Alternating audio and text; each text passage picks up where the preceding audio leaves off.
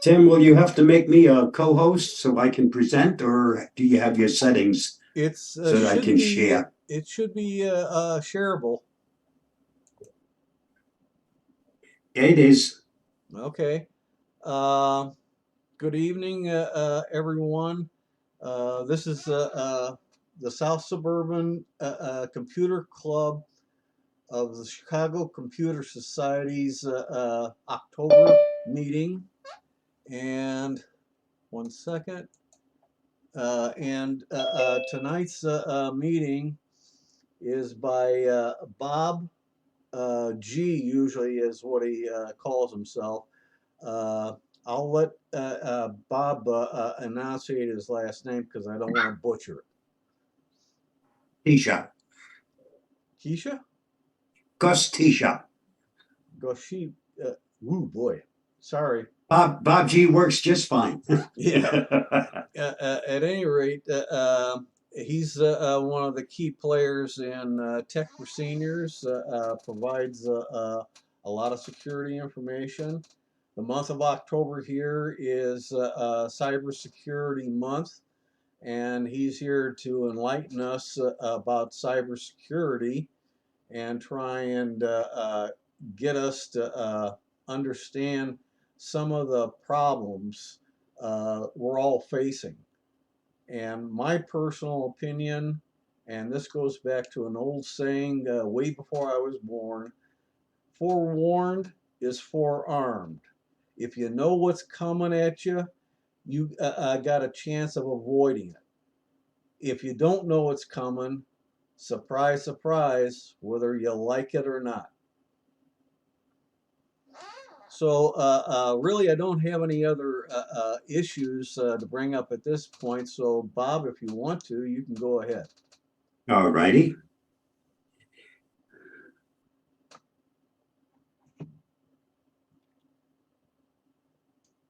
Topic for tonight: cyber safety in the digital age. This presentation points out the dangers and offers suggestions that will aid in keeping you secure in the digital era. Using the right programs and apps can help keep you safe, secure, and shrink your digital footprint. Using free programs and apps whenever possible to accomplish this goal is a bonus. And this presentation includes information on many recommended free programs. Join me as I guide you in the right direction to enhance your cyber safety in the digital age. And so nobody winds up with writer's cramp, I will be sending out a follow up email to Tim that will have information about all the programs we talk about and a whole lot more. If you catch the link at the end of the presentation, you get an early start at that information. If you don't, you will get it through Tim. I asked my granddaughter to fetch me a newspaper, and she laughed and said, "Grandpa, you are too old. Just use my phone." So I did. I slammed her phone against the wall and killed that big hairy spider. I guarantee you the next time she will bring me a newspaper. The way we live, work, and play has changed dramatically over the course of the past 50 years. The 9 to 5 economies of years past have been replaced with globally integrated 24/7 service offerings. Consumers in the digital age have access to a host of services and products that would have previously been considered available only in the realm of science fiction. Here are the 10 most dangerous malware and security threats we face in 2022.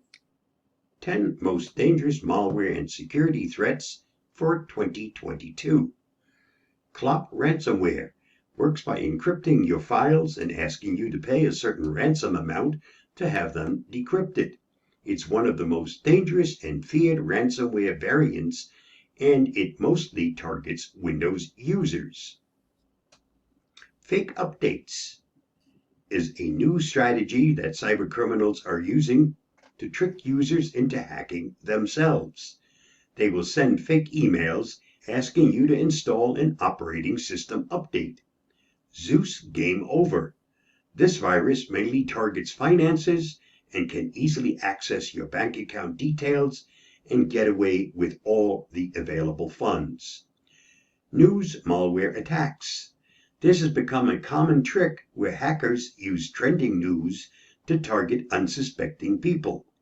Social engineering. Cybercriminals are now shifting from computers to humans as they find them weaker and easier to trick. They are using deception to lure them into giving out personal details. AI attacks. Hackers are taking advantage of artificial intelligence technology to create links to help them to get into any system. Cryptojacking. This virus is specifically designed to help hackers mine cryptocurrencies. Freeware. Over 600 million cell phone users have already downloaded this malware without realizing its potential harm. RAAS. Ransomware as a Service. This is one of the most common and popular security threats of the year. IoT device attacks. Hackers target Internet of Things devices, which could be anything from smart devices to your doorbell.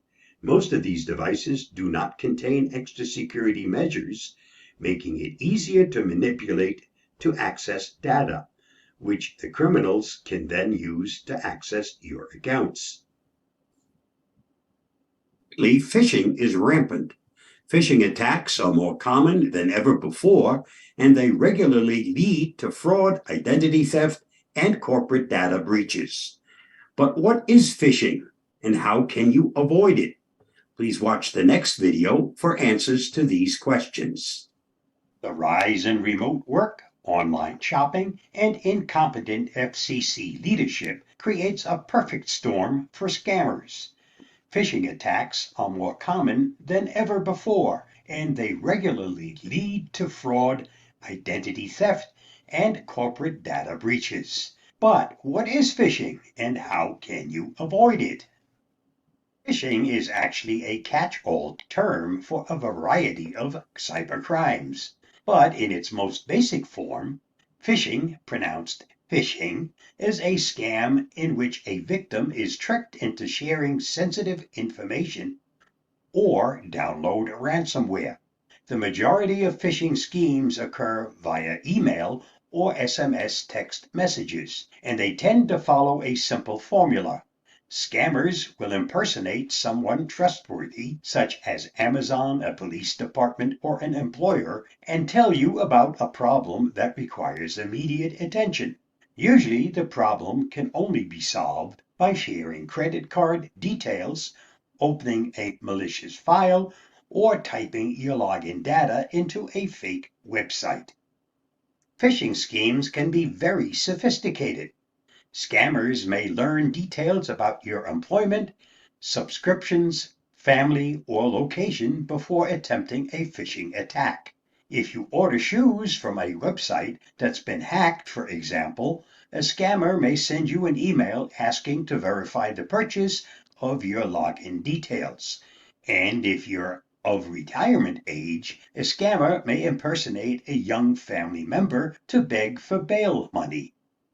To be perfectly clear, phishing schemes aren't just directed toward individuals. According to a recent Proofpoint report, over 55% of businesses fell victim to a phishing attack in 2020. More than half of these companies ended up with ransomware on their systems. And unfortunately, several of these phishing attacks led to a data breach, which can expose customer information to hackers. Governments are also a huge target for phishing schemes. The CSIS maintains a long list of successful cyber attacks against government organizations, and many of these attacks were enabled by phishing. You need to realize that regular people are the first and only line of defense in a phishing attack. But Proofpoint's data shows that over half of all full-time workers know nothing about phishing. Clearly, businesses and governments aren't educating people on this topic. which is why it's so important to sit down and learn about it yourself. On the next several slides, we'll talk about the most common forms of phishing. First is email phishing. This is the most common form of phishing. A scammer impersonates a popular website or figure, like Amazon or a politician, in an attempt to steal your information or trick you into downloading ransomware. They may even create a custom domain name to make their email address look official. Spear phishing. Scammers who want to hit a specific target will resort to spear phishing.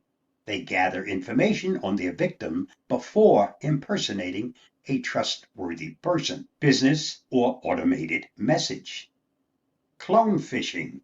Most phishing emails are sent to victims at random, but in some cases, a scammer will send you a duplicate version of a real email. If you receive an order confirmation, for example, a hacker may send a copycat order information containing malicious links or attachments. Pop-up phishing. Pop-ups are still a common vector for scams and malware. Modern pop-up phishing attacks usually take advantage of a browser's notification settings to send you antivirus warnings. Angler phishing. The world of social media lets scammers angler fish for victims. Essentially, scammers will impersonate a public figure or company on social media. Someone may impersonate a YouTube creator to share scammy sweepstakes links in a video's comments, for example.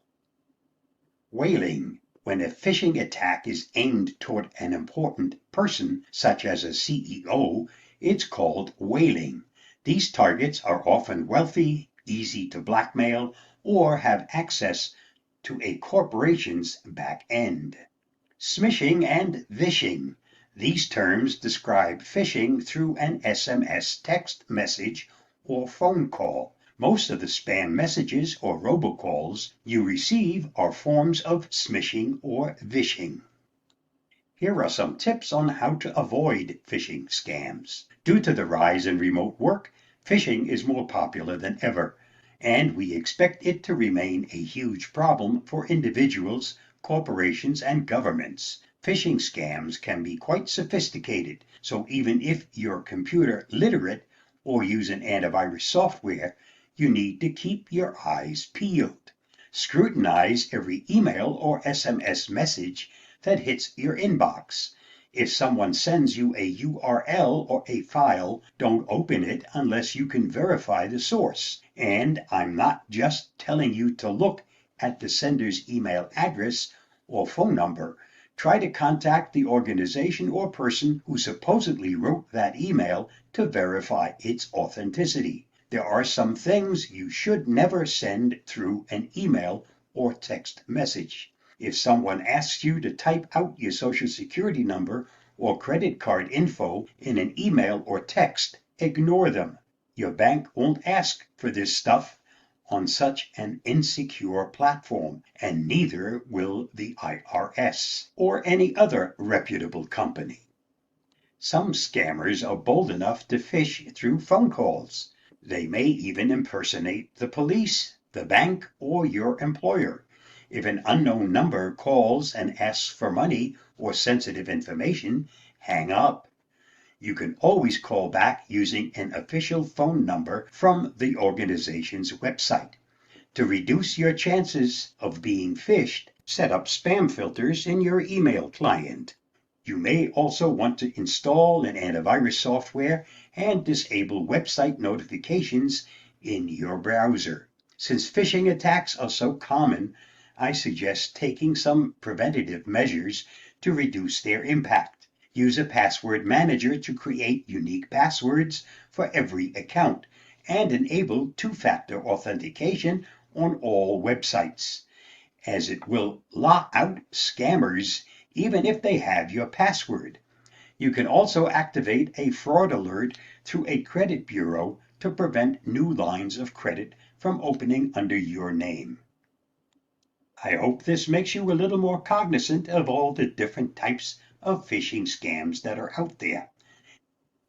One way to lessen our exposure to these malware and security threats is to be cognizant of our digital footprint. Know what your digital trail says about you before it causes you a problem. If you're active online, you have a digital footprint. Everyone does. Every comment made on social media, every news article shared, and every purchase made online contributes to a person's data trail. Your data trail reveals a detailed picture of who you are and what you like. This data is valuable and often monetized by free services and apps like Facebook, Google, and Twitter. When you're logged in, you're being tracked across every page you visit. There are costs and benefits to go with your data trail. For example, when sites know what you like, you see more relevant ads for products and services that appeal to you. When you allow cookies from websites, they remember what you've seen or clicked on and can make your visit faster and less repetitive. Some things can never be erased. Elements of your digital footprint can be searched or shared by others, and something that you thought you were sending as a private message can easily be shared with a larger audience, which can be embarrassing or hurtful. Worst of all, once it's on the internet, it's there forever. Just ask ex-Congressman Anthony Weiner. The internet never forgets. Here's how all of this works. When you visit a website, it collects information about you by installing cookies on your phone, tablet, or computer browser. This information includes your IP address, which is a unique address that identifies a device on your internet or a local network. They also collect your login details and anything else about you that you reveal or gets posted about you. When you choose to post on social media platforms, sign up for newsletters or text alerts, or agree to install cookies by clicking accept on a cookie consent banner on a website, you are leaving a data record of your activity. Your digital footprint is basically your online reputation. It can be helpful or harmful. What you say online can impact your everyday life. And managing your data trail isn't only about privacy and data security. Employers, schools, and law enforcement could use your online activity on social media to make character assessments. So it's important to keep your online identity positive. Imagine what someone might think about you based on your actions online. Additionally, you may not always be aware of the digital footprint you're creating. Examples of hidden data collection include websites that install cookies without telling you, mobile apps and sites that use geolocation to determine your location, and social media ads or news sites that profile you based on your likes, shares, and comments to serve you advertisements that relate to your interests. Now that you're aware of some of the ways you're leaving a data trail online, the next step is to keep your reputation positive and your data secure. You already know that everything you share and do online is permanent and can either help or hurt your reputation. While some things like viral videos and mega memes can never be fully scrubbed from the web, most places that host your personal information can be adjusted. And here are 9 tips for a cleaner digital footprint. Number 1, search for your own name. Put yourself in the shoes of those who want to learn more about you, whether they are recruiters, hackers, or vengeful exes. It's important for you to know what they'll find by simply searching for you. Use multiple search sites since they can yield different results. And if you have a username, also search for it. I still miss my ex-husband, but my aim is improving. Scrub your public data. Real estate websites and whitepages.com may have more information about you than you might want available to the public. We're talking about personal information like your phone number, age, and even your home address. Contact those websites and have that information removed. Audit your accounts. During your name search, you may have come across old social media accounts, posts with insensitive, outdated jokes, or embarrassing blog posts in which you overshared too much of your personal life. Culture changes, and you deserve to change for the better with it. Dig up everything you've ever posted and evaluate it with fresh eyes. Archive and delete. After evaluating your posts for privacy risks and negative content, it's time to edit and delete. Close any accounts that aren't doing any good for your reputation, both now and in the future. Again, remember that some content can never be fully deleted. Even if you think it's private, law enforcement and hackers can still dig up things you don't want shared. Therefore, it's best to never share negative posts in the first place. Remember that the internet is permanent. Adjust your privacy settings. Review your account settings in your browser and mobile apps. Minimize exposure of your personal data by limiting what people can see.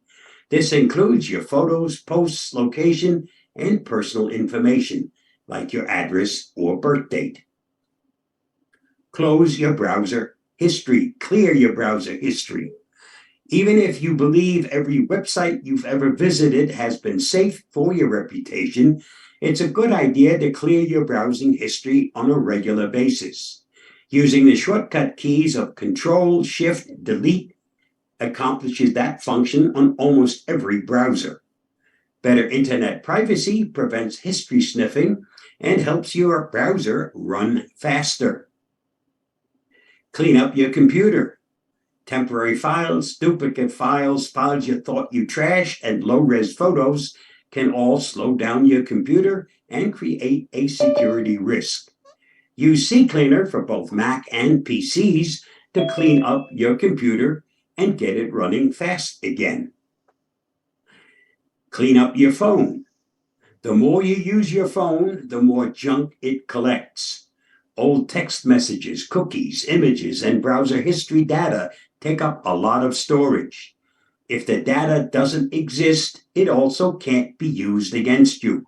Plus, your phone performs better. Cleaning things up every few weeks can also be done using CCleaner on your iPhone or Android phone. Be mindful of others. You can create a bad online reputation without writing a single word. Think before you share or repost negative content. When you repost, their words and ideas become yours. Be especially careful with humor around sensitive topics, including race, religion, and politics. When you post original photos, remember that some people have different levels of online privacy than you. Ask permission before you tag others online, or even better, ask your friends to tag themselves. Keep in mind that blowing out someone else's candle won't make yours shine any brighter. Remember, it's better to be proactive about being positive. Don't post anything that you don't want to come back and haunt you in the future. The internet never forgets. Also, keeping your data trail clean isn't only about your reputation. The junk you allow your devices to collect puts your internet privacy and security at risk. Now that we've covered some of the dangers facing us in the digital age, let me share some tools that will make the job of staying safe a bit easier. CCleaner, a small, effective utility for computers running Microsoft Windows, Mac, and Android that cleans out the junk that accumulates over time, such as temporary files, broken shortcuts, and other problems. CCleaner protects your privacy. It cleans your browsing history and temporary internet files, allowing you to be a more confident internet user and less susceptible to identity theft. I recommend that you download and install the portable version. You can install that right on a flash drive and then take it from one system to the next. Program and app security follow these tips. Only download from sites and app stores you trust. Only deal with companies you trust. Never download illegal software. Never use a password generator or a crack to bypass paying for a product. Scan your download for malware. Test the program in a sandbox. And if you really aren't sure about that program, back up your system before you install. That way, if something goes wrong, you've got a way of going back. Recover for both Windows and Mac. Recover your deleted files quickly and easily. Have you ever accidentally deleted an important file? Maybe you lost some files after a computer crash. Not a problem. Recover recovers files from your Windows and Mac computer, from your recycle bin, digital camera card, or MP3 player. As I said, this is available for both Windows and Mac. It's also important to get in the habit of creating an image backup on a regular basis. If you don't have a backup and something happens to your system, whether it's mechanical failure or an infection, you will lose all of your personal information. You can always reinstall the operating system and the programs, but your personal information will be gone. I am on a Windows computer, and I use something that's been around since Windows 7. It's called Backup and Restore Windows 7, and it works on the very latest version of Windows 11. I know because I still use it every single week to create that image backup. And remember, the backup needs to be created before you have a problem. Once you have a problem, it's too late. It's also important to keep your programs and apps up to date. And what I depend on for that is called Patch My PC Home Updater. In the next little video, we'll show you why I think everyone should be using this product.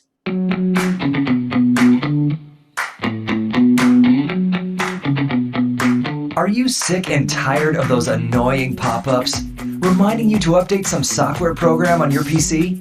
Let Patch My PC help with the cumbersome task of manually updating your software. We can automatically update over 300 applications. It's critical to keep third-party applications up to date because hackers target vulnerabilities and outdated software in order to compromise your PC. Need to install a new application that's not currently installed? Just select the app, and then it's a single click to start the installation.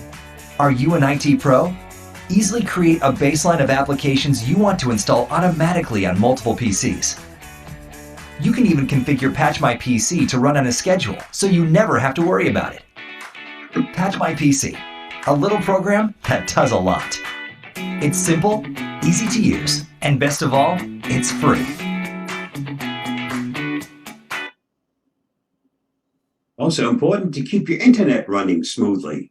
The tool I use for that is called Complete Internet Repair. Whenever I have a problem with my internet access, this is my go-to tool. Provided the problem isn't with your internet service provider, run the tool, check the top 5 boxes, and let it do its work. A system restart is required to finish the repair. I personally have never ever not had my internet access back after using this tool.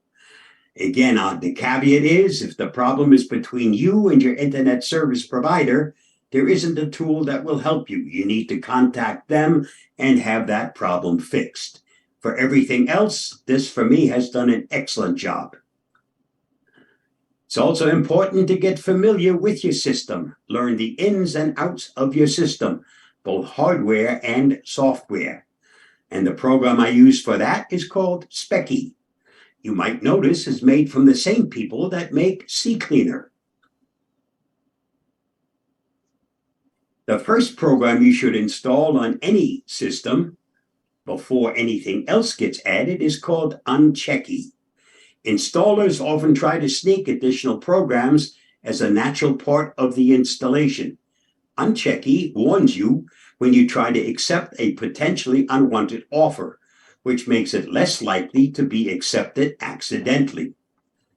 Most people use the default install, and when you do that, it installs everything the manufacturer wants to send your way. If you have Unchecky running in the background, it will automatically warn you when you start getting things other than the program you actually expect to get. Even if you use the custom install, it's quite possible to make a mistake because they've gotten pretty sneaky. Sometimes yes means no and no means yes, but they don't fool Unchecky, and it will still let you know when something's about to be installed that you really shouldn't have on your system. Passwords need to be long and strong, and you need to use a different password for everything that requires a password. I know it's easy to say, not so easy to do. As it says here, passwords are like underpants. Change them often, keep them private, and never share them. I've listed some of the popular password managers. I personally have used LastPass for many years, and about 8 months ago, I added Bitwarden to the mix. Unlike an antivirus, there's no reason you can't run more than one password manager. The reason I have 2 of them running is very simple. If LastPass decides to quit tomorrow, Bitwarden has my passwords at my back. And vice versa, if Bitwarden quits, LastPass is still there with my passwords. Two-factor or multi-factor authentication. Two-factor is an extra layer of security used to make sure that people trying to gain access to an online account are who they say they are. First, the user will enter the username and password, and then instead of immediately gaining access, they'll be required to provide another piece of information. And that second factor is sent to you through one of several different categories, the most common being a smartphone, email address, or some other biometric device. Simply what it comes down to is if you have two-factor running, your username and password won't get you to your account because hackers can very easily steal your username and password. But if they don't have that second factor, they'll never get to your account. And that factor, in my case, is sent to my phone. Until I enter it, no access to the account. So the hacker who wouldn't have stolen my cell phone at the same time that they stole my sign-in information would never get that code and would never get to my account. VPN, Virtual Private Network, staying safe when connecting via a public network. And a public network is any network where you don't control its security. The next little video will tell you all about VPNs. So how does a VPN securely encrypt your connection? If you're shopping for a VPN, you'll have seen how services boast about having the best encryption and how important it is that you secure your connection using cryptography. But how do VPNs encrypt your connection, and are there different types of encryptions to choose from? VPN tunnels. To explain how VPNs encrypt your connection, we need to first look at so-called VPN tunnels. Normally, when you visit a site, you connect to a server operated by your internet service provider, which redirects you to the site you want to visit. When you use a VPN, you're rerouting your connection. Instead of going from the internet service provider's server to the site, you first go through a server operated by your VPN provider. This gives you a new IP address, which comes in handy for a number of reasons. But the VPN also performs another neat trick. It encrypts the connection from your ISP to the VPN server in what's called a tunnel. A VPN tunnel is an encrypted connection that prevents anybody else, including your ISP and the site you're visiting, from tracking you. The ISP won't be able to see the websites you're visiting, and the websites you're visiting won't be able to see your real IP address. Tunnel is a great name for it, as it works like it would if you were driving down the road. While in the open, anybody can see what you're doing and where you're going. But once you enter a tunnel, your whereabouts are anybody's guess. Of course, VPN tunnels aren't made with bricks and mortar. Instead, they're created by so-called VPN protocols, which we'll look at next. To establish a VPN tunnel, you need to use a VPN protocol, which is a piece of software that determines how a VPN talks to other machines on the network. A protocol can do a lot of different things, but most importantly, it contains information about what encryption is used and how traffic is routed through the server. As such, VPN protocols are very important, as they can determine the speed and security of your connection. There are a lot of different VPN protocols to choose from, but the best all-around one is called OpenVPN. It generally offers decent speeds while staying secure, which is of course the main reason why many people get a VPN. VPN protocols generally will give you the option of what type of encryption will be used in your tunnel, which is what we'll look at next. Encryption. VPNs keep your connection secure through encryption, which is a way to make messages unreadable by scrambling them to nonsense. To unscramble them, you need a key, a piece of code that serves as the lock for the scramble. This key, usually a mathematical formula called an algorithm, is also known as a cipher. How it works with VPNs is that your connection is encrypted when you connect to the internet, the start of the tunnel, so to speak. Once it arrives at the other end, at the VPN's server, it gets decrypted and sent along to the site you're visiting. The result is that the site sees the VPN's server IP address, and your ISP sees a stream of scrambled information. There are different types of encryption. To ensure that information stays safe, you need to use a good type of encryption, and not all are created equal. As a result, many VPN providers will boast that they offer military-grade encryption, which is just a fancy way of saying that they use the same encryption algorithm as the military. The most used encryption is the Advanced Encryption Standard, or AES for short, which comes in several variants. Each variant uses a different number of bits to encrypt its key. Longer offers more security.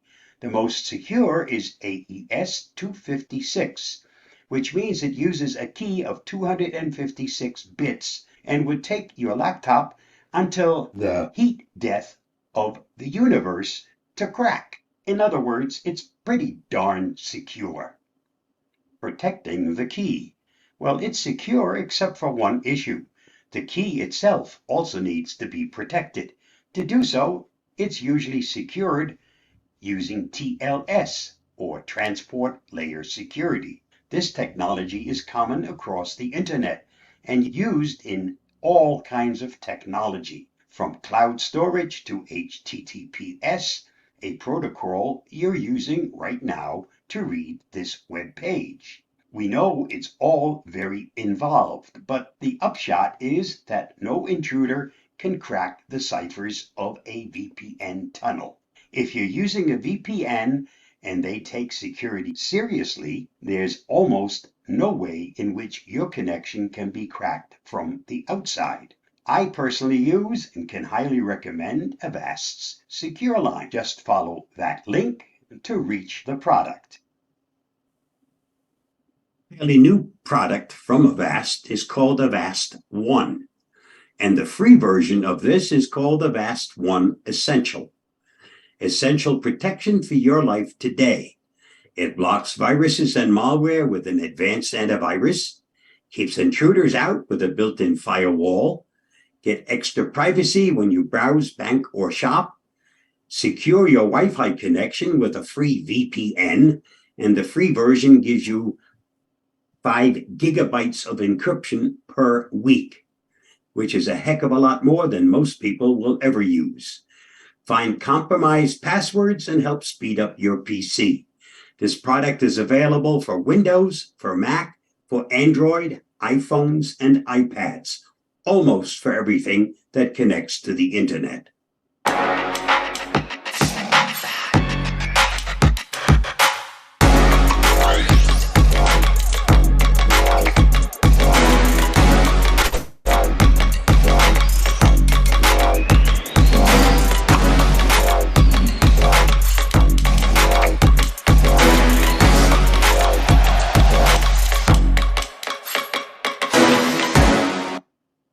Avast also offers an excellent Chromium-based browser. It's called their secure browser. It's specifically designed to keep you safe when you do your banking and shopping. When you're in banking mode, you are totally isolated from everything else.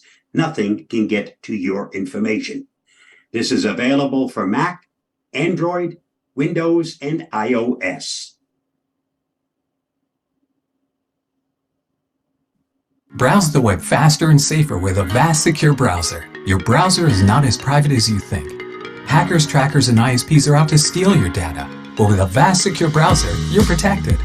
Stay safe on public Wi-Fi and unlock the internet with built-in VPN. Automatically block creepy ads that follow you around and slow you down. Create custom and security privacy settings. Then securely sync your data across multiple devices. With powerful encryption to protect your IP address, bookmarks, history, downloads, and online activity, it's all locked behind your PIN code or fingerprint to keep your data safe from prying eyes. For private browsing that's actually private, make the switch to Avast Secure Browser. Download free today. My presentation is never done until we have a little fun. For the remainder of the presentation, please unmute yourself. Don't worry, when you get old, I'll feed you carrots too. Here's a trick. When electricity is out, this is how you charge your phone.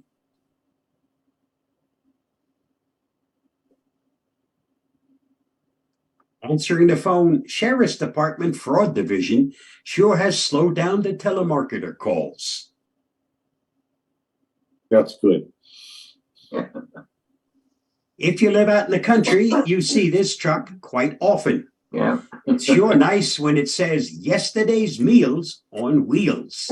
It sounds a lot better than a load of crap going down the road. Satisfaction guaranteed or double it back. When a woman says what, it's not because she didn't hear you. She's just giving you a chance to change what you've said. Yeah.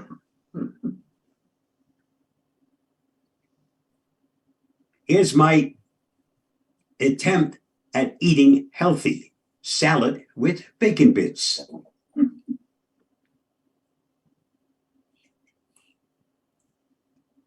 This is something that I have in my refrigerator because I have the munchies at night. It simply says, you're not hungry, you're bored. Shut the damn door.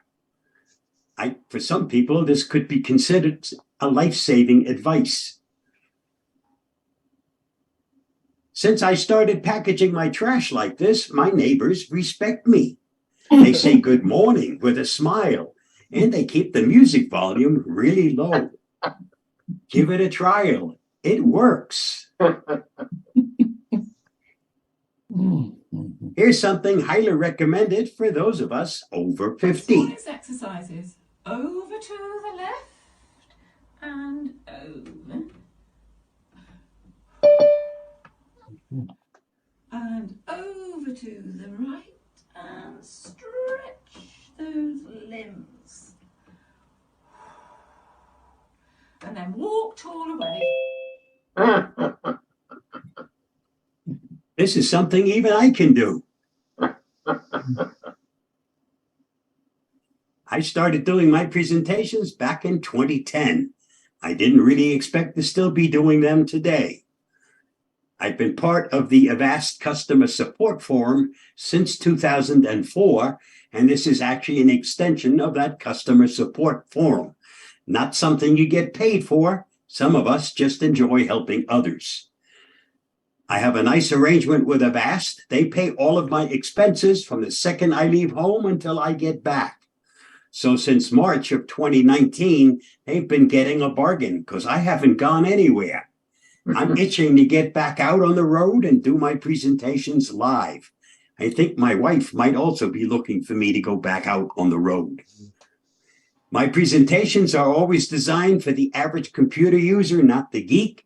And if you know of any clubs that would benefit from a presentation, have them contact me and I'd be happy to arrange a program for them. There's never a charge to the club or its members for my services. That's where Avast comes in. The link at the bottom will give you access to lots of the other things that I do on the internet. Some of you already know Tech for Seniors is one of those. And that's enough of this sales pitch.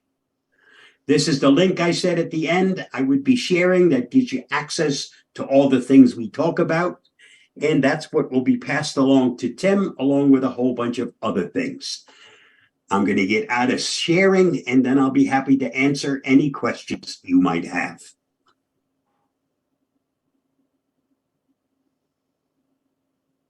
Question? Yeah. When you're talking about password, managers, you talked about Bitwarden and LastPass. These are programs that keep your passwords online. And you didn't mention one called KeyPass. KeyPass is another. Yes, I am. It's another popular one. I only have room for so many on there, so that's what you saw. Okay, but KeyPass is another good one. The key for that is that KeyPass is free. They have a variety of ports, and you don't have to rely upon some company to keep your password file. You decide where it is, if it's on a USB or on your computer, or if you have some cloud space, and then the software is free. So you don't have to worry about, as you said, what if LastPass closes its doors or Bitwarden stops working. You won't have that because you have the software on your own. Yeah, I personally don't want it on my system because if the system gets hacked, there's my passwords. So there are pros and cons, and it depends on what side of the fence you're on. I personally happen to think that a reputable company, if my information is stored there, encrypted and stored there, it's probably safer than my computer because I don't spend anywhere near the amount of money that they do to make sure that the data is safe. Actually, I spend nothing. I use nothing but the free version of almost everything, except some of the things that I need to do my work. And that Avast pays for, so it's still free for me. Good for you. However, I do understand that one of them was hacked a number of years ago. Yes, you're correct. And that was LastPass quite some time ago. Correct. Okay. But so they probably even though it was hacked, the hack did not involve passwords because technically the password is never ever exposed. It's a token that's used. Okay. And it's the token that's accepted at the other end. So even if it were hacked, they didn't see passwords. All they got was a token, and that token changes every single time.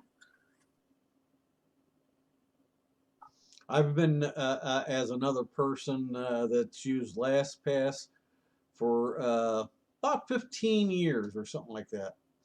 And the change that LastPass made was they only allow you to use it for free on one device, either your computer or on your cell phone, but you can't use it free on both. Since I do everything on the computer, I really didn't give a hoot because I don't use my phone to do all of that stuff. Sorry, the phone's not big enough. My hands are too big. to maneuver on it, and my eyesight at my age is not that great anymore. So, I'm with Bob? you, Yep. Bob, on that one because I don't use the phone either in that, but I have it on. I got umpteen computers. Right, LastPass is on all of them, right. and I have absolutely no qualms about using it. I know of LastPass being hacked twice, and only once did they even suggest I change my master password. Other than that, I don't care. If they hack Right. my computer, that's a different story. Now, with the last hack, they said you do not have to change your password.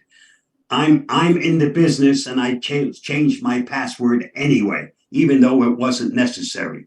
Okay, better caution than being sorry afterwards. Bob, you have your hand up. Yes, I wanted to follow up on the difference between KeyPass being open source versus these others being proprietary.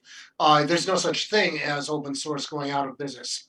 Even if the developers stop the project, someone else is able to pick it up. Right. Whereas with something that's more proprietary, they can't really do that. That part's correct.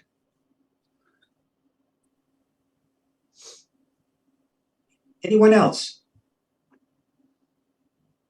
Go ahead, Steve. Remember, you're muted. He also froze. There you go. Yeah. Okay. I also froze up. You mentioned a number of pieces of software that sound rather. Oh, lower my hand. Okay. You mentioned Patch My PC. You mentioned CCleaner. You said it's good for Mac and PC and others, but you didn't say for Patch My PC and some of the others. Patch My PC is strictly for a Windows computer. Right. Got it. Okay. And so is the one that fixes the internet problems. That's strictly Windows. Okay. Yeah. I can talk a little bit further when Bob's all done and you're done asking questions of them. Some of the programs, because most of them that Bob brought up, I already use. I am interested in the one about fixing the internet. Occasionally I have a problem, but I also have a bachelor's degree in networking, so I'm usually able to figure out the problems and get them solved. Yep. Pretty much this does what you have to do manually automatically for you. Okay. Right. And I use the Patch My PC because it makes life a lot simpler than my prior ways of updating my software, which were at least semi-automated. Whereas with Patch My PC, it has some parallels to Windows Update in that it will download and automatically install everything and give you back your system all updated. But it's a lot faster than the Windows update. I'm Well, actually amazed at how quickly they accomplished the download and the install totally without any interference by you whatsoever. well, there is two things there. I also use LibreOffice, and that is a lengthy download and install. But also, you have occasionally some programs that are running on your system most of the time. It will Right. ask permission to shut them down and go ahead with the update. That's correct. But it's a damn good piece of software. I only learned about it this year from attending a meeting in another group. Who probably learned it either through me or through Judy Talur. Judy Talur is another one that swears by that program. Yeah, I probably was through the APCUG. But I mean, generally speaking, the CCleaner, I use it. I do also use it for checking the startup programs besides what's built into Windows. There's actually a lot of tools built into CCleaner that most people don't even know about. That's the other problem. Most Well, people learn about a piece of software, they download it on their system, and they expect it to do anything and everything without looking at it. Avast, I use the free version, and basically speaking, most people have no idea about settings in Avast, and that you can harden that product a lot to yeah, protect you your can also remote. eliminate some of the pop-ups That's just by right. making a small little change in the privacy stuff. But people don't look, people don't know, and then they get annoyed, and then they come to the support forum and complain, and that's when we straighten them out and say, here, this is what you do, and that's the end of that one. Yep. On CCleaner, if you're interested, or you ever run out of not having a program, I have an actual program on the tools built into CCleaner. So we talk about not the cleaning part, because that it does on its own after you make whatever settings changes you want. But that program is strictly about the tools that are built into CCleaner. And a couple of things that I add even to the free version that's not part of the free version, but there are ways to get around it and do it in different ways. Well, Bob, your hand is up. Yeah. One of the nice tools in CCleaner is you can fix problems with the Windows Store apps, even the ones that are built in. And that is something it's awfully difficult to do without a tool like that. yeah, You do know that CCleaner and the rest of the tools from Terraform, they're actually part of Avast. Avast purchased CCleaner quite some years ago. Yeah, that's actually a good thing because it means they'll still be around. Yep.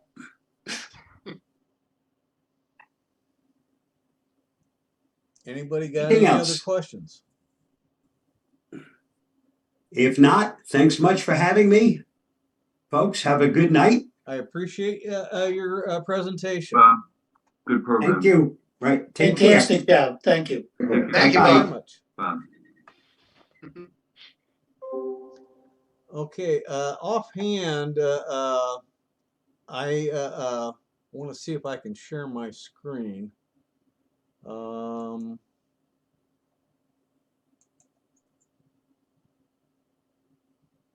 Now I've got to do a little magic. Yeah, my mind.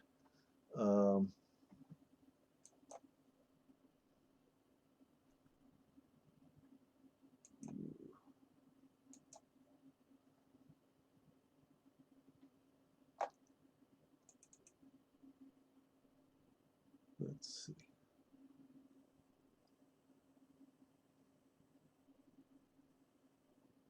Can everybody see this so far? Yes. Yeah. Okay, I come up to menu, go to settings. Now, can you still see this screen? Yes. Good. It's awfully small. Yeah, well, you can't enlarge it. I'm sorry. I go to protections.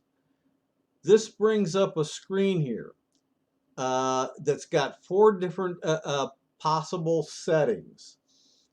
Only one of them is set to high sensitivity. I change all of them from about midpoint to high sensitivity to increase protection. I also put a check mark here in scan for tools that may get onto your system and be left behind by other programs. Then I go down to the lower section and I put a check mark in for perform automatic actions. And I do this on all 4 of these different categories. It helps increase my security. One of them, I don't remember if it's Explorer or boot time, is automatically set to high sensitivity anyhow. Then I go into this middle column here and go to Core Shields.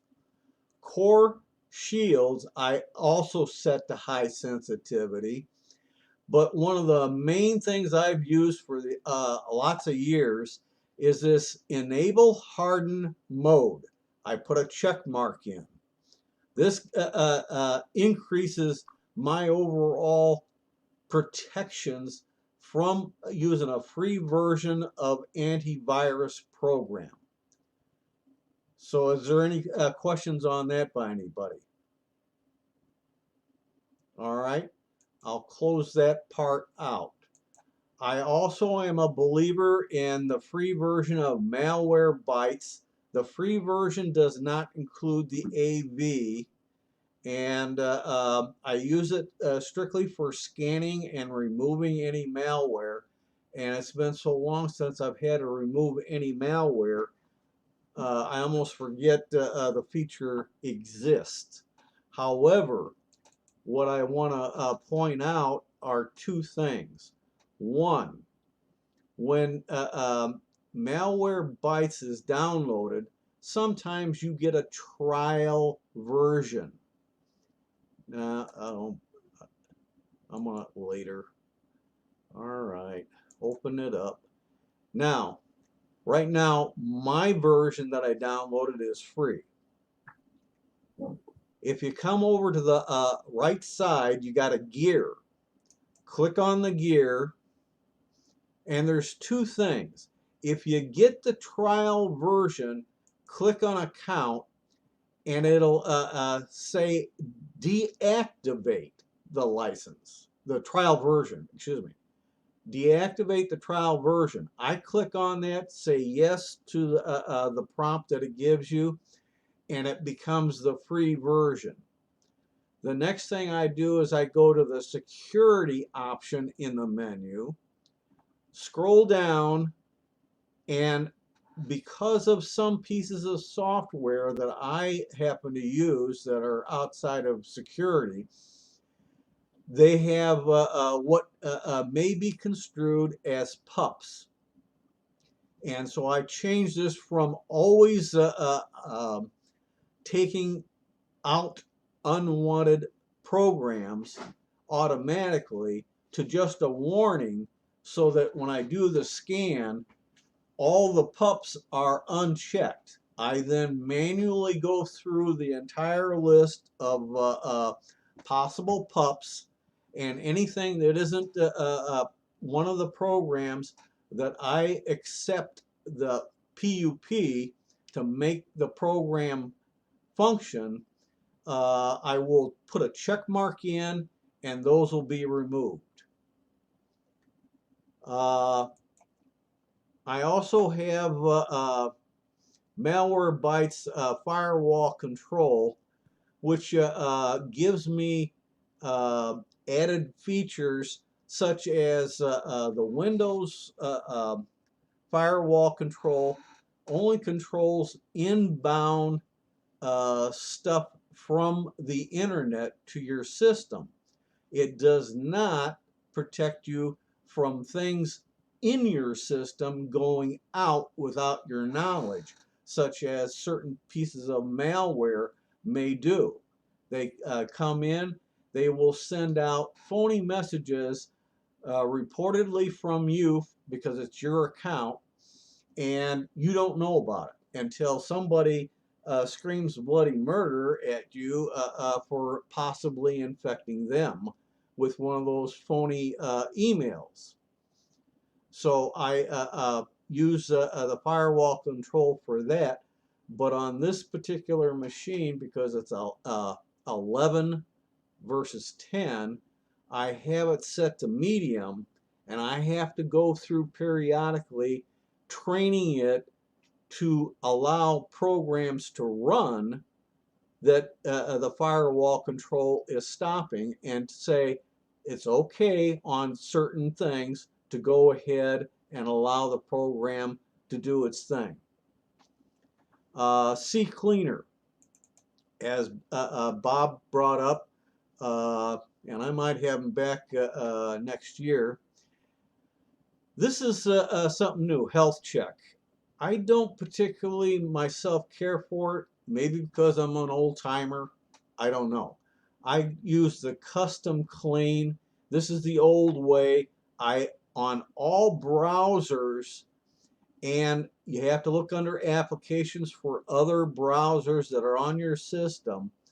I always check the save forms information in case I fill out forms. I want them deleted afterwards.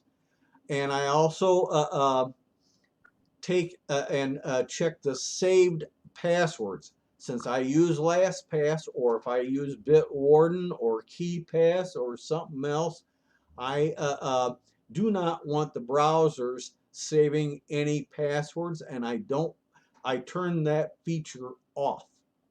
I also have other settings for browsers, but I can't get into all those tonight.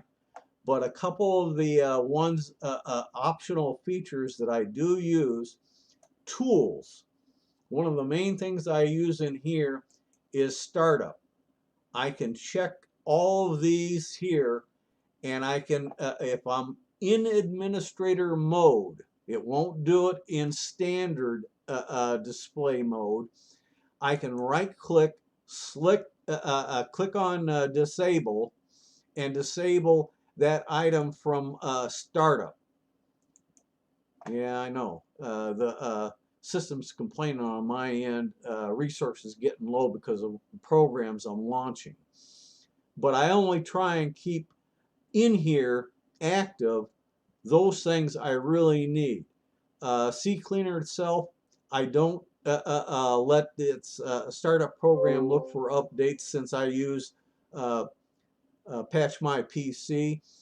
Same for Teams, Google Drive, Grammarly.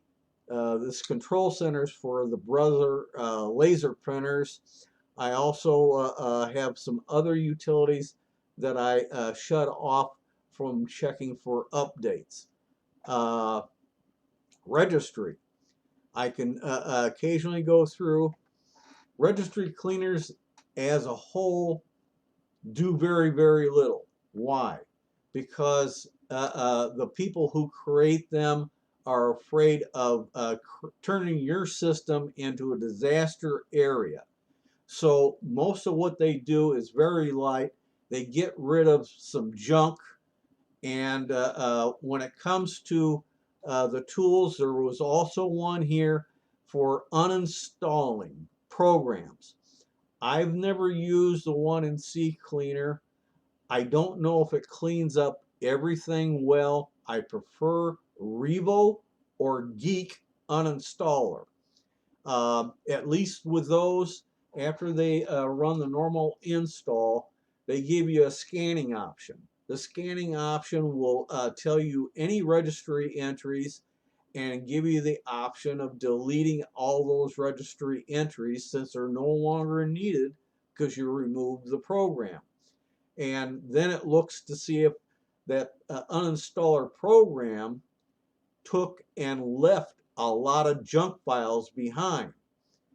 Very, very seldom do I get a surprise that the uninstaller program for a particular piece of software took all the registry entries it put in out and deleted all the files that it put on your system. I think those are great programs with great uninstallers. Unfortunately, they're such a minority, it's not funny. There's lots of other programs that are available. It's a little tough to get into. I use Glary Utilities. A person came to CCS via Beata, contacting her, and in fact he lived fairly close to Beata. Oops.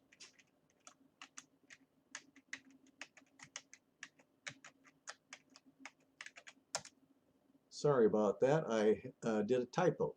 But anyway, generally speaking, he was hacked. In fact, he was targeted. And Why, I don't know. Something tells me he pissed off somebody.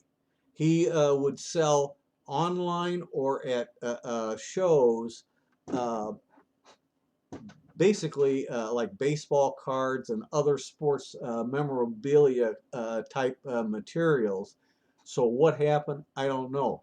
But he found more uses out of this glare utilities than even I knew about, that kept frustrating the hackers while they were online on his own computers.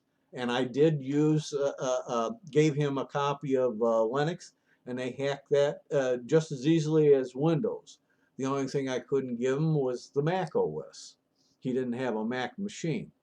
They infected his printer. He picked up a brand new laptop, and that he only used at the library. They found him at the library, which leads me to believe they hacked one or more of his online accounts. They poison welled that account. They knew exactly when he entered that account, what IP address he was using, and they found him at the library, hacked his a brand new laptop. That got sent back to Dell. It was a Dell laptop. And Dell replaced the motherboard along with storage. And after he got it back, he tried it again. They nailed him again. And that's why I say they probably hacked one or more of his accounts. They got in, put some kind of a poison pill so that they knew when he accessed that account exactly the IP address he was connected to. And therefore they could get right back into his system and hack the hell out of it. The hackers know how to store stuff on your computer in places you would never think of. Your storage devices, on the PC motherboard, on optical drives, in your printers if they're USB connected. It's real. I've seen it firsthand with this guy's computers, and I just could not help him because I'm not a cybersecurity expert. Bob, you got your hand up. Yeah, and you're muted too. There you go. Yeah, that's why I was getting this. Okay, about this Malwarebytes firewall control. Is that a feature of the Malwarebytes program, or is it a separate download? It's a separate download unless you buy the premium package. Then it's included. And is there some kind of a link? I was trying to find it online and I didn't find it as a separate item. Well, you got to be careful because there's firewall control was originally a program that was made up by another person, okay? And they bought a copy of it. And so you got the original maker of firewall control. It's usually a black icon with a white check mark versus the blue icon. Right now, this is the firewall control program. Profiles. Normally, it's set to low filtering. That blocks any outbound without your permissions. No filtering. Sometimes I have to use it because certain programs won't work, and I haven't figured out the settings yet as to how to do it. Tim, did you actually answer where you get this? Not offhand. Major Geeks Softwarepedia should have it. The trouble is they've got listings for the either the original program or a different program by the same title. Well, look for the one that says Malwarebytes. The last one I remember. There isn't one. Oh, I've had them before. So I haven't found it. All right, I'll see if I can. That's why I asked for the URL. Okay, I'll try and dig out a URL and let everybody know what that is. Yeah, that would be helpful. And I want to make a reminder. This is being videoed, so it's going to be up on the CCS website, so you can review it at your leisure. When you get into rules, this is one of two screens. Right now it's refreshing, and it takes a couple minutes for it to go through and show you a fair number of the last actions that have been occurring on the computer while you were using it. And it gives you, okay, now here you go. I got some background intelligent transfers. That's a Microsoft service. And CCleaner has two different process IDs going on. If I want to, I can right click on any of these, allow the program, continue blocking, do a customization and create, and some other things. I can look up who is to try and determine who the developer of the software is, verify the IP address, other such things. It's a nifty little piece of software, but I want to warn you, at medium, and I have never tried high, medium can drive you a little bit nuts. And I'm not joking when I say that, because a lot of times I run into a problem with a program that was running. They changed in one of the updates some of their coding. The end result is firewall says, wait a minute, I don't recognize this and I am not authorized to do it, so I won't let the program run. But it doesn't give you any explicit message. It just doesn't run. Eventually, I remember firewall control. I bring it up. I look at that history, and I can start saying, okay, for that program, I want to allow this, I want to allow that, etc., etc. And usually within a short time, I can have that program that stopped running again correctly. So this keeps a lot of history information. I believe this can also be exported and then re-imported from one machine to another. But right now, I'm only at the medium level on this firewall control, only on this one machine. I'm at low filtering on the other machines. My hope and intent is to start putting a copy of this firewall training information on some of the other computers. Does that answer most of your questions on that, Bob?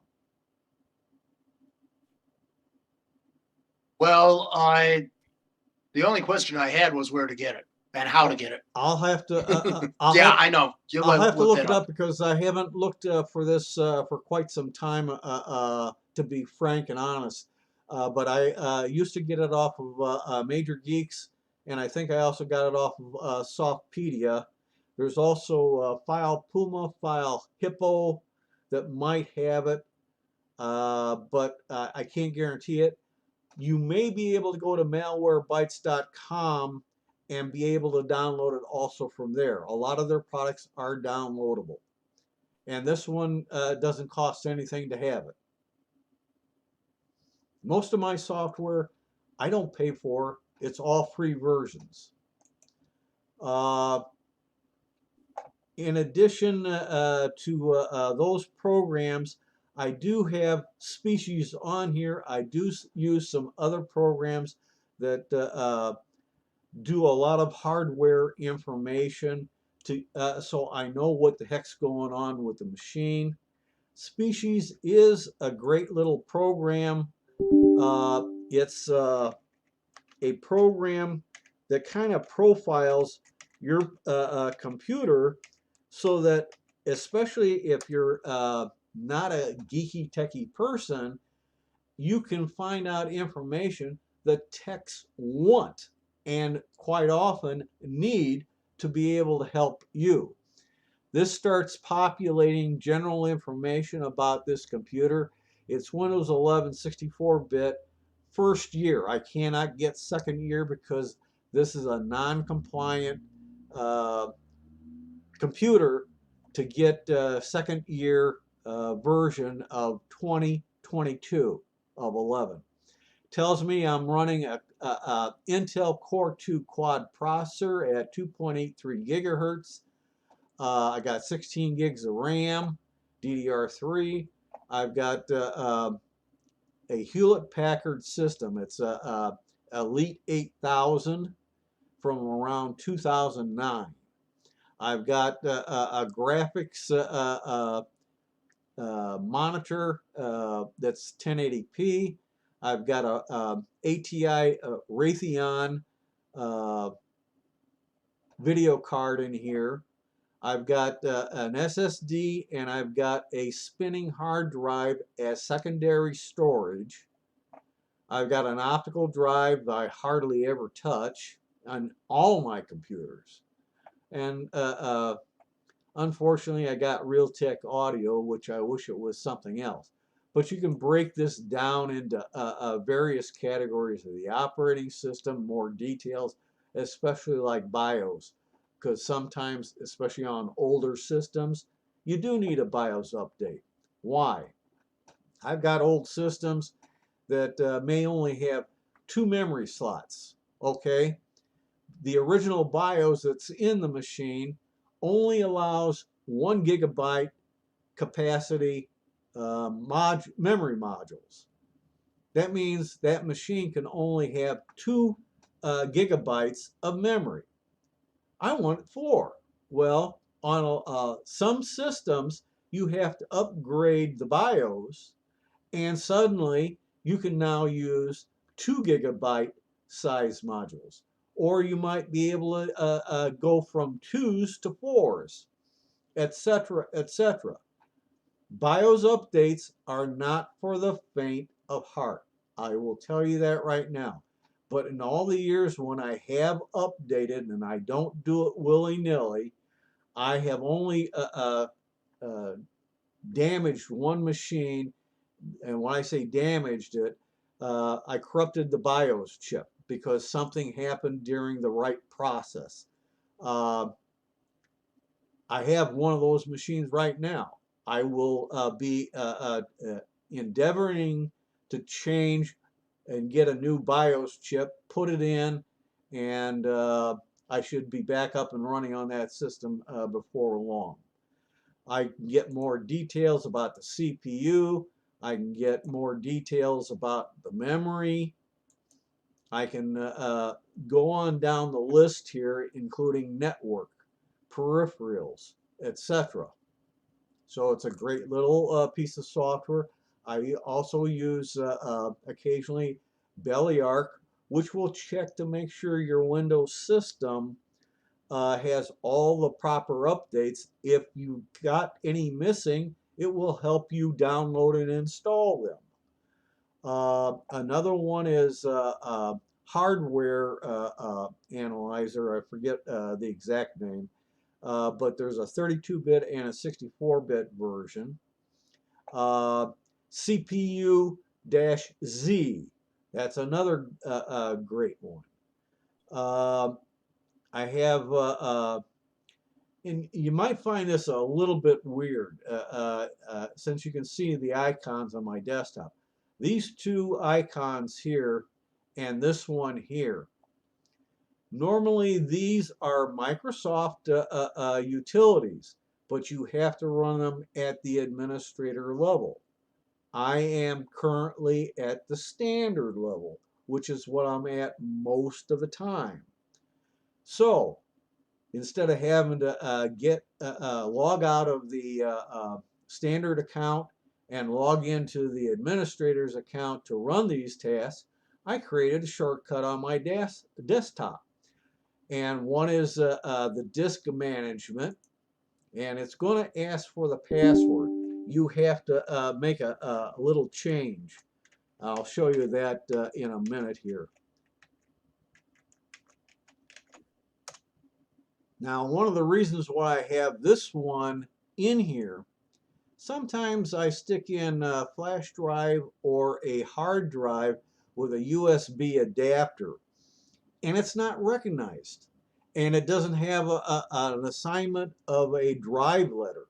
So if there is such a device in here, and there is not right now, I can click on that mysterious drive, right click, and I can assign a drive letter to it. So essentially here, I went to the data drive. I right clicked on that drive, ignore that it's got drive D. I can change the drive letter and pass, open it up. If I don't want that letter assignment, I can remove it. I can change it to a different letter, or in the case where it's a drive that is not recognized and given a letter so I can easily access it, I can add a letter to it. Same for partitions, individual partitions, such as if I come up here, this is my Windows drive. There's a C partition, but there's 3 other Windows partitions here that have no letter. I can assign a letter to some of them, not all of them. But right now it's not letting me. And I have tricks to get around that particular issue. But if I click out of that and I right click on here on this icon, I show more, click on properties, and I have here advanced operations. I always have to put in a check run as administrator, so it asks me for the administrator's password to give me full function. The other one here is device management.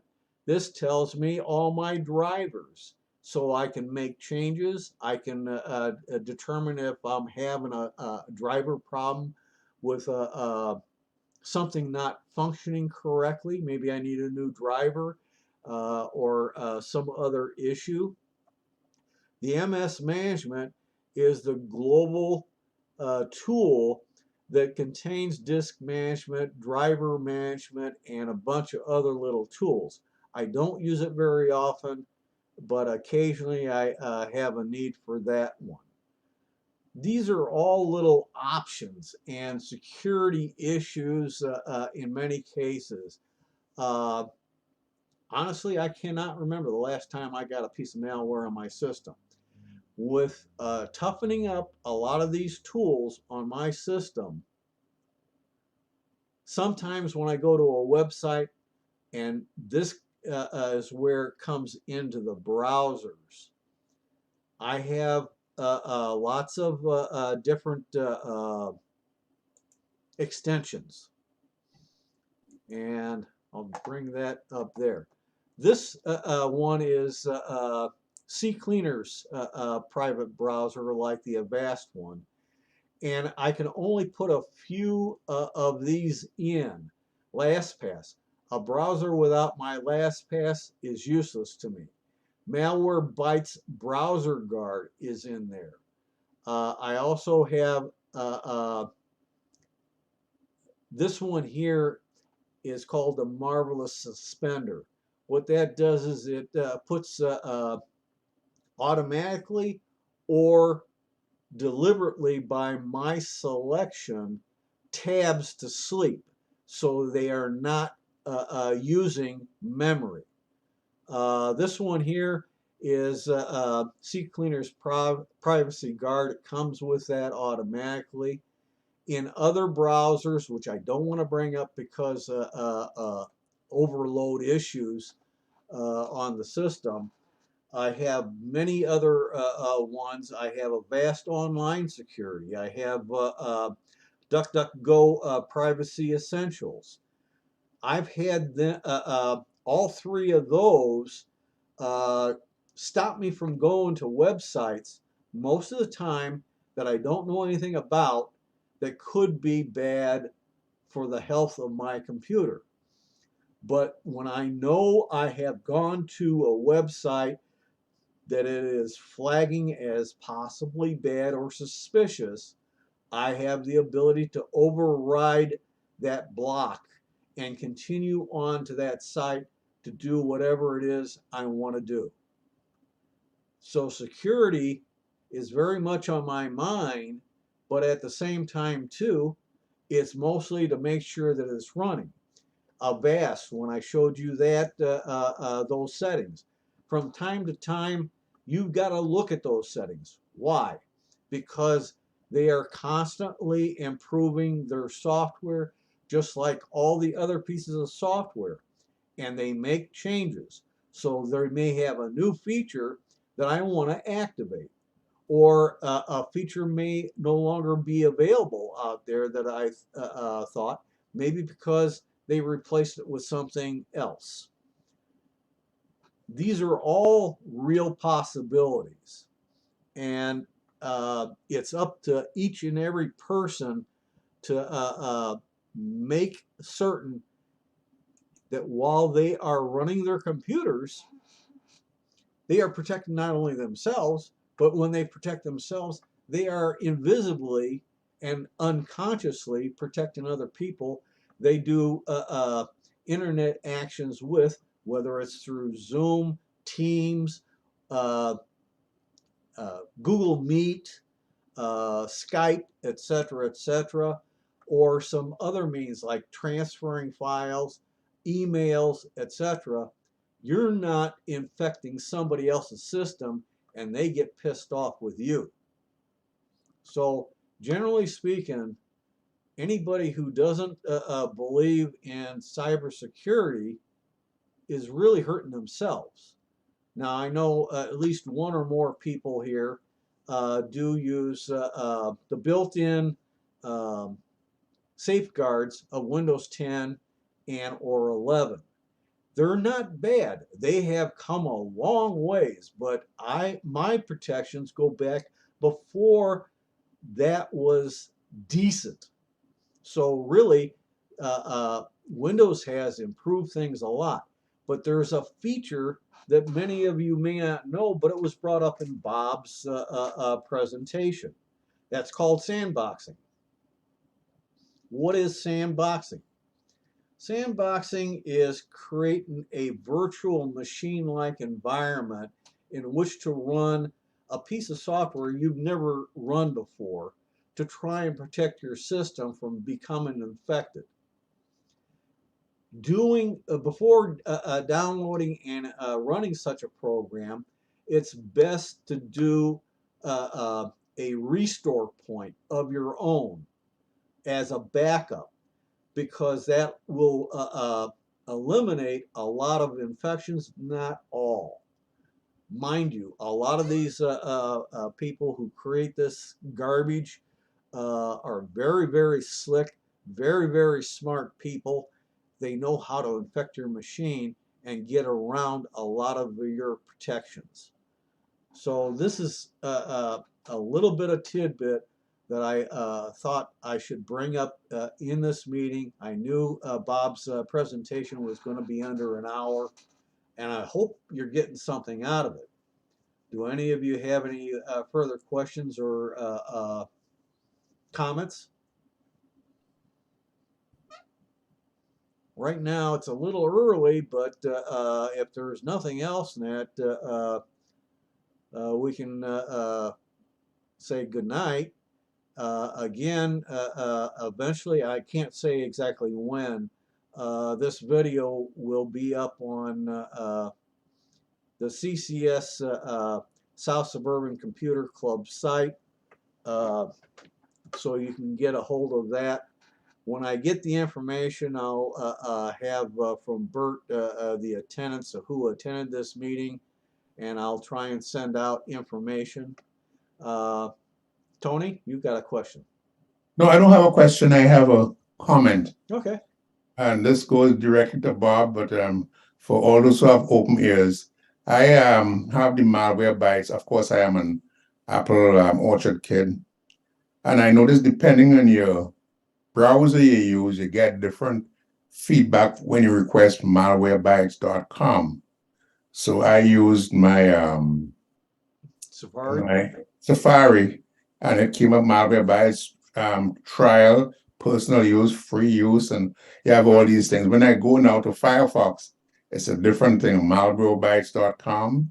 It gives you different responses. So FYI, if you go to Well, Safari. I have a lot of use out of Microsoft Edge. I have Chrome and I use that heavily. I do have Firefox, and I have sometimes either CCleaner and or Avast also as options. But yes, you do get different responses. When you're using CCleaner or Avast browser, they don't like you to put in extensions, but it can be done. I guarantee it.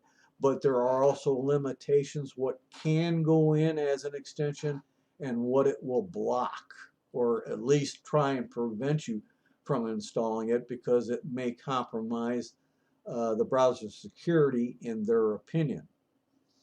So it's kind of a mixed bag. You don't have everything. I will add, since you brought the browser variety show up, the reason why I have multiple browsers in part, if I bring up one of my regular browsers, which is usually either Chrome or Edge, and a website I'm familiar with looks a little strange, I stop. I look it over. Did I end up getting transferred to a fake website or not? Or maybe the website, in doing its maintenance, has taken and decided that the format has changed in some fashion that I wasn't ready for. What you can do is go to another browser and bring the same site up and see if you see the same thing. But you have to be a little cautious. If I'm using a Edge or Chrome, that's a Chromium-based browser, just like CCleaners and Avast private browsers are also Chromium-based. But Firefox is different.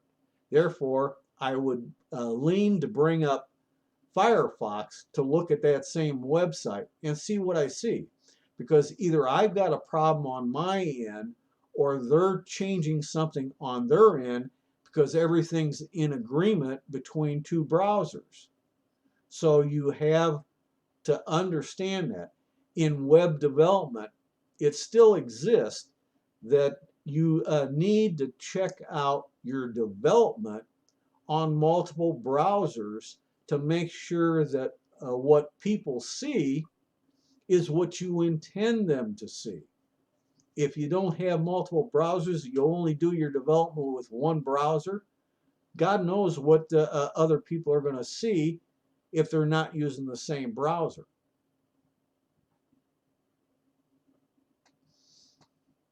Now, browser, like I say, what I do in the browsers, that would have to be for a different meeting, different time. I want to bring up before I forget, and I almost did. November, December are 2 out of 3 months that are a headache because of holidays. July is the other one. And generally speaking, most of the meetings CCS has in November will be A-OK. There's one that is a question mark. However, December is a different animal. The South Suburban Computer Club is supposed to be on, if I'm remembering correctly, December the 20th. I probably will not be available. I don't know what Ed Keating may do on his, but generally speaking, we have to look at the possibility of moving the South Suburban Computer Club meeting to a different day at the same time that we normally meet. But I can't tell you what that'll be right now until I can get some more information from Ed Keating. And his meeting comes up this Thursday, so hopefully we'll start finding out more about that. I do know that the Linux SIG for December is a big question mark. Unless it gets moved, it probably will get canceled, because that comes 2 days after Christmas. Well, sorry, I don't know how to drive my car at the same time give a presentation. So that one either has to change definitely, along with South Suburban and or Ed Keating's meetings. So there's 3 meetings in December that are up in the air. Right now, the only 2 that I know that will go through smoothly is West Side and Tips and Tricks. Anybody got anything further? No. Irene Gaines, I see you're here, and Alvin, I haven't seen your name in ages, either one of you as far as that goes. I hope you got something out of it. Many of you came in late, so there's a good chunk that you missed. I also have been promoting to CCS members Tech for Seniors. The primary meeting there is on Monday mornings, 10 o'clock, no, 10:30 Central Time. It would be 11:30 Eastern Time. And the first half hour is just meet up where people discuss things, bring up problems to try and get some answers or direction. Then they have a 1-hour presentation followed by 20 minutes of Q&A. It's very good, well-produced Zoom-type meeting, and I recommend it to everybody. We send out through CCS's email a newsletter that comes out on Tuesdays and Saturdays.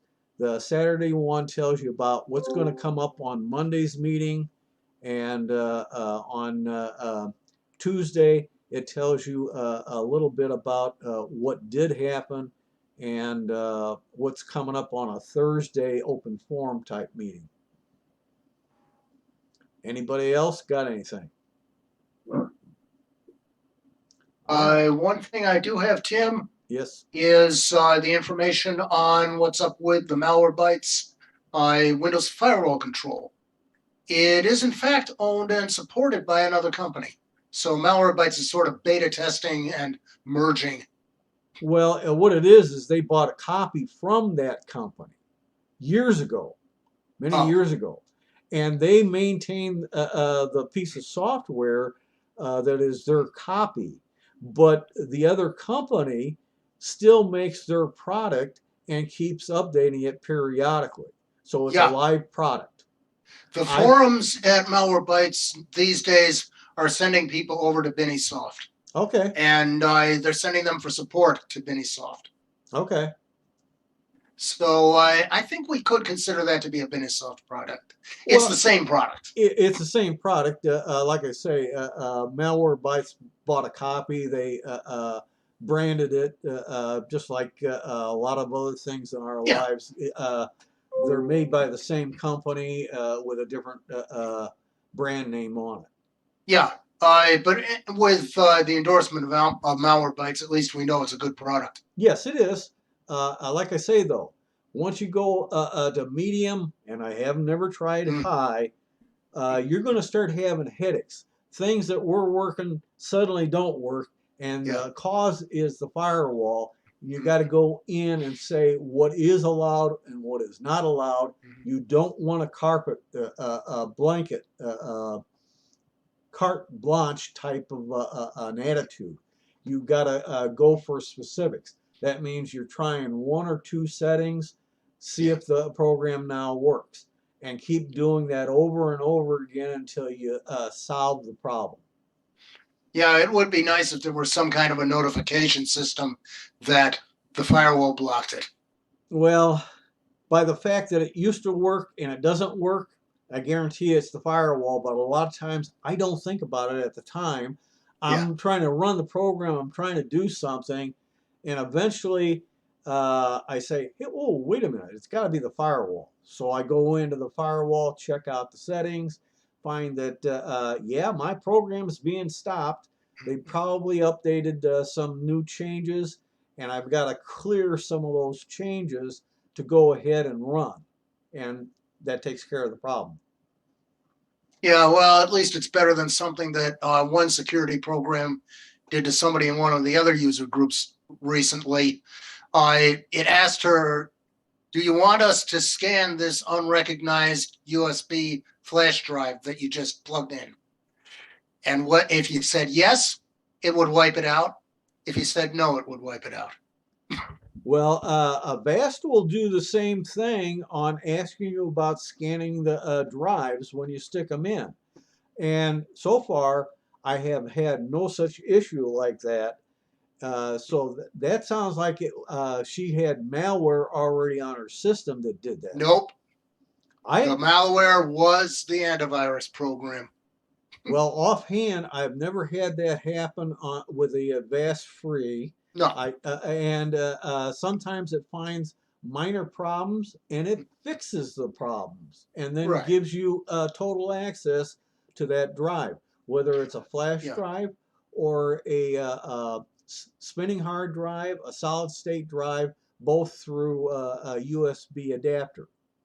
Yeah, this case is the only case I've ever heard of, although I think I may have heard of other cases from where the same company's products did it, where it actually, without asking for confirmation, erased contents from a USB flash drive because it hadn't been scanned. I'd like to shoot them. Yeah. Well, they're a very famous company, but I won't name them. Well, I understand where you're coming from. It's one of these things where you don't know until you get bit. And with a flash drive or an external regular drive, if something popped up like that and it wiped it out, you're SOL.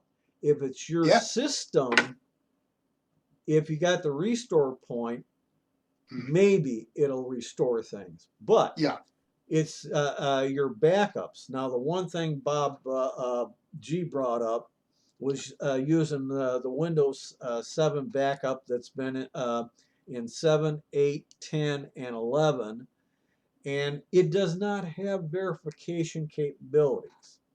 It's you just back up, pray that when you need it, it does work.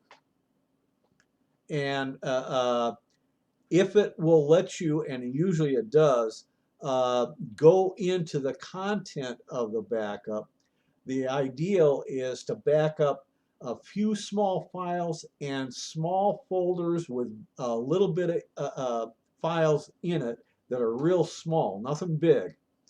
If you can restore from that backup a few individual files and folders and their content successfully, that's as close to verification as you can get. I prefer modern pieces of software. Macro and Reflect, EasyS to do backup are the two primary ones that I would deal with. With Macro and Reflect, I go way back with it. They didn't have this feature at the time that I remember, but now under options, there's a settings, and in the settings, I can permanently set to auto verify after the backup. And I know every time it auto verifies and it says it was a good backup, I have total confidence. I haven't had one fail yet. With all the machines, all the different OSs I run on my machines that I use it on, I have not had a failure. if you don't set that setting, then you have to flip over when you're doing a backup, go to advanced options, go to auto verify, put a check mark in manually, and then it will update, do the backup, and then it will verify it. But this settings that's available, I can show you it. Hang on a minute. Yeah, verifying before you have to do a restore is a lot better than going to do a restore, doing the verify, and finding that it doesn't verify. Well, I only had one time where it did not back up correctly the first time, and it was a case where there was an unknown problem on the drive that I had to fix first. And once I fixed the problem, the backup ran perfectly fine. So Macron Reflect here, I gotta hang loose. These are all great little things. Here's the my main drive, and this is the spinning hard drive that I use for archiving old files. In this rectangular area of the primary drive, you have clone this disk, image the disk. Cloning means that you're making an exact copy, and it's a one copy. Backing up says you got to have at least 3 consecutive backups to be safe.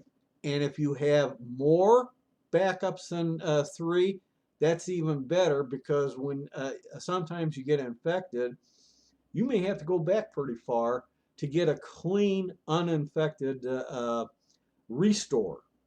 So image is what you usually use, but if I want to back this up, I can come down here, and those options come down here to be active just for this drive.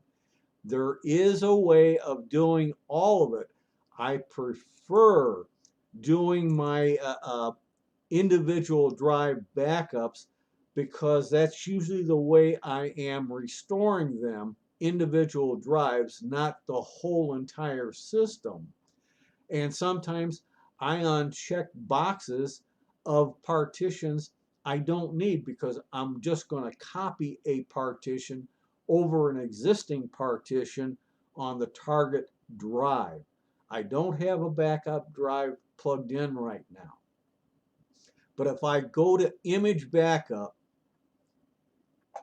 this field here, destination folder, it says this is the folder I expect to put the backup in. Do not believe it. Do not trust it. This is from memory. This is the last time I did a backup.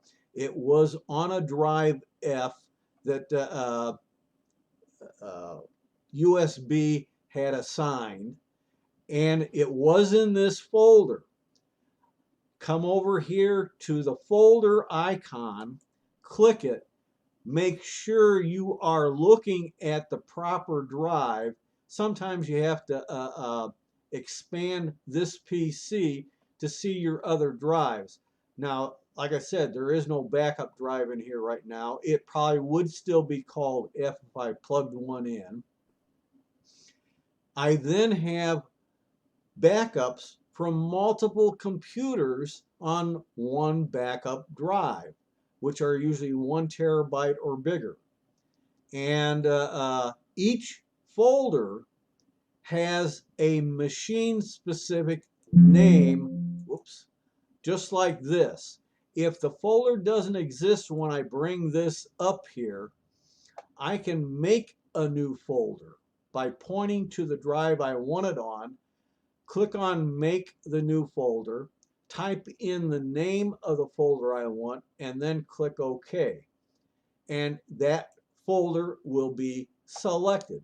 As you can see, I didn't make one, but it made a folder anyhow. It says it's C folder users master.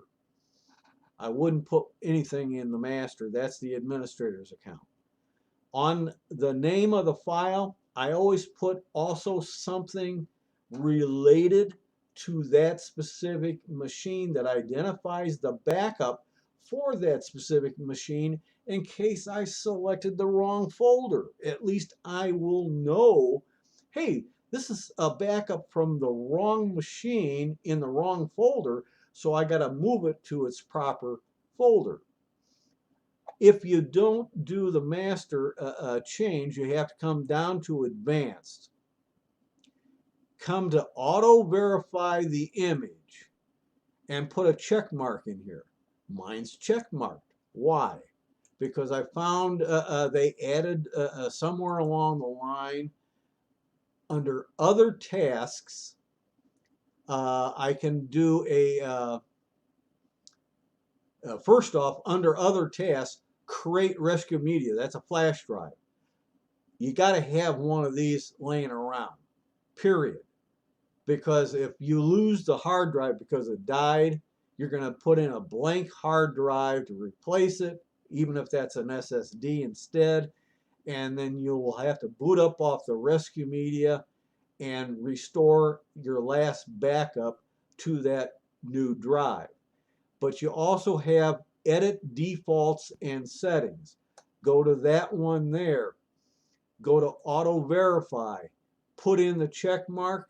It will always auto verify. So that's another little tidbit. Again, I don't always follow the rules because sometimes I'm in a hurry too. I'm sometimes working on 2 to 6 different machines, going round robin on them. And I failed to catch when they put that setting in there that I could do because it wasn't in it when I first started using Macro and Reflect. And I wish I had found that a whole lot sooner than I did. But it's one of those things you gotta live with. But at least I explore some of my software to find out features that may already be there, but the developer said I'm not activating them. Why? Because they cause some people problems and they don't want to have any more support calls and emails and chats than absolutely necessary. So you have to go in, find out the unchecked features, and figure out which ones do you want to activate because that's what you want. When it comes to sandboxing, this is an odd one. I'll tell you that right now. I'll see if I can bring this one up. Can you see this right now? I brought up a window. Can you see a window control panel? Good. Okay. If you go into control panel, program and features, there's a way of doing this in 10 and 11 from the settings also, but they obscure it. I'm getting a message again. Go to turn Windows features on or off. Click that. These are features that can be disabled or enabled in Windows. And I, for example, oops, darn it. As a good example, the old Internet Explorer, I would always go in and disable that. And it removes most of it. It cannot remove everything because it's knitted into Windows. So it only removes what it can remove. But if you come down towards the bottom here, it's grayed out, but in this line here, it says Windows Sandbox. It's available in 11. I haven't had time to remember to check 10 if it's there also. This is, if you put a check mark in, it would install, when you click OK, sandboxing feature to help add a level of protection from pieces of software you're not familiar with that you want to check out, see if you like it and want to use it. And if it has malware in it, it may stop it from infecting your system. But there's gotchas with sandboxing, but I'm not prepared to get into that. I used to use another piece of software called Sandboxy. And it's a third-party piece of software, and I just got kind of tired of it, so I stopped using it a long time ago. But these are lots of different things that, in a matter of speaking, security is up to you. You either embrace it and understand it's with us, whether you like it or not. If you use the internet, you've got to do things to be proactive to try and mitigate any and all attacks from malware and hackers you possibly can. And these are ways of doing it. Even in our Linux group, one of the first things I said to people was, most of the Linuxes come with a firewall turned off. You got to go into the settings. Here they are. Turn the firewall on. At least it gives you an added level of protection. Why? Because the hackers know how to break into most of the routers in a relatively short time. They spread that information around to other hackers so they can get in, see your equipment, and they'll try and attack your machines. And if you've got a firewall set up, now that's another one they got to try and break through. Some of the firewalls are pretty lame, so they're not going to do much. Some AV packages you buy will give you a firewall that replaces Microsoft's firewall.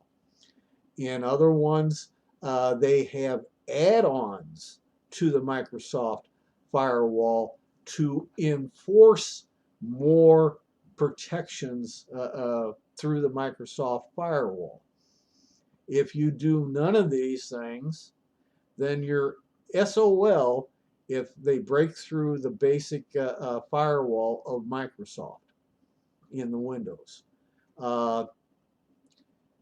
With Apple, like Tony has and Larry have, it's a little more secure, but there are been a lot of attacks for a long time in Mac OS. The old axiom, hey, I'm protected, I don't need any AV program, has been a load of crap for more than 10 years. Linux is starting to get that way as well. There are more and more attacks. I heard of one just recently. I don't remember the name of it off the top of my head, but it sounds very serious for the Linux world.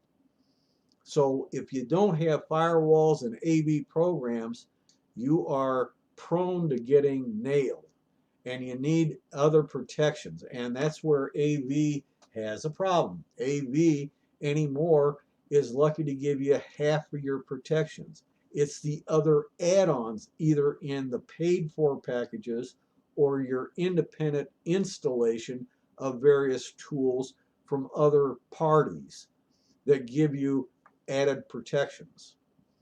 That's why I recommend in the browsers a bunch of additional extensions just to increase the prevention of information going out on my browsers, and that includes VPNs. I use a couple of them, but there's problems anymore because the high traffic in the internet can slow you down with any kind of VPN. VPNs automatically slow the traffic down in order to do the protection they give you.